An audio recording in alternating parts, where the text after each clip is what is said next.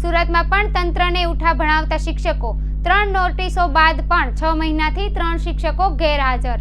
ગુજરાતમાં શિક્ષકો અને વિદ્યાર્થીઓની જગ્યાએ તંત્રએ ઉઠા ભણાવતા હોવાનું સર્વત્ર સામે આવી રહ્યું છે। ત્યારે પાલિકા સંચાલિત નગર પ્રાથમિક શિક્ષણ સમિતિ પણ અન્ય જિલ્લાઓની માફક 3 શિક્ષકો અંદાજે 6 મહિનાથી ગેરહાજર હોવા છતાં પગાર ચાલુ છે।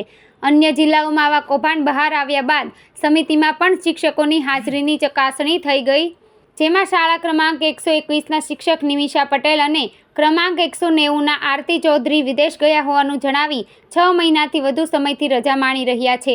જ્યારે શાળા ક્રમાંક 275ના શિક્ષક અંસારી મોહમ્મદ અમીન મુસાનો તો કોઈ અતોપતો જ નથી।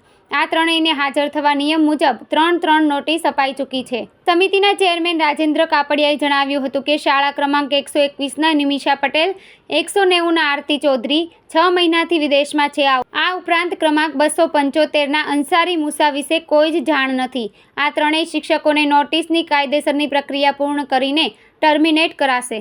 ગઈકાલે અમે ઓફિસમાં બેઠા હતા અને અમે ગુજરાત સરકાર ને શિક્ષણ સમિતિવાળા પણ શોધી રહ્યા હતા કે આપણે ત્યાં કેટલા શિક્ષકો નથી આવતા અને તપાસ કરાવતા અમને 3 નામ એવા મળ્યા કે જે શિક્ષકો 6 મહિનાથી શાળામાં હાજર નથી।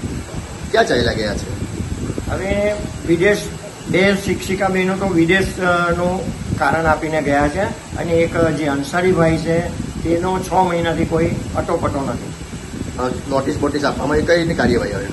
દરેક આ 3 શિક્ષિકાઓને શિક્ષકોને તરત નોટિસ આપવામાં આવી છે અને જવાબ માંગવામાં આવ્યો છે, પરંતુ હજુ કંઈક એનો નિર્ણય આવ્યો નથી। 3 શિક્ષકનો પગાર ચાલુ છે?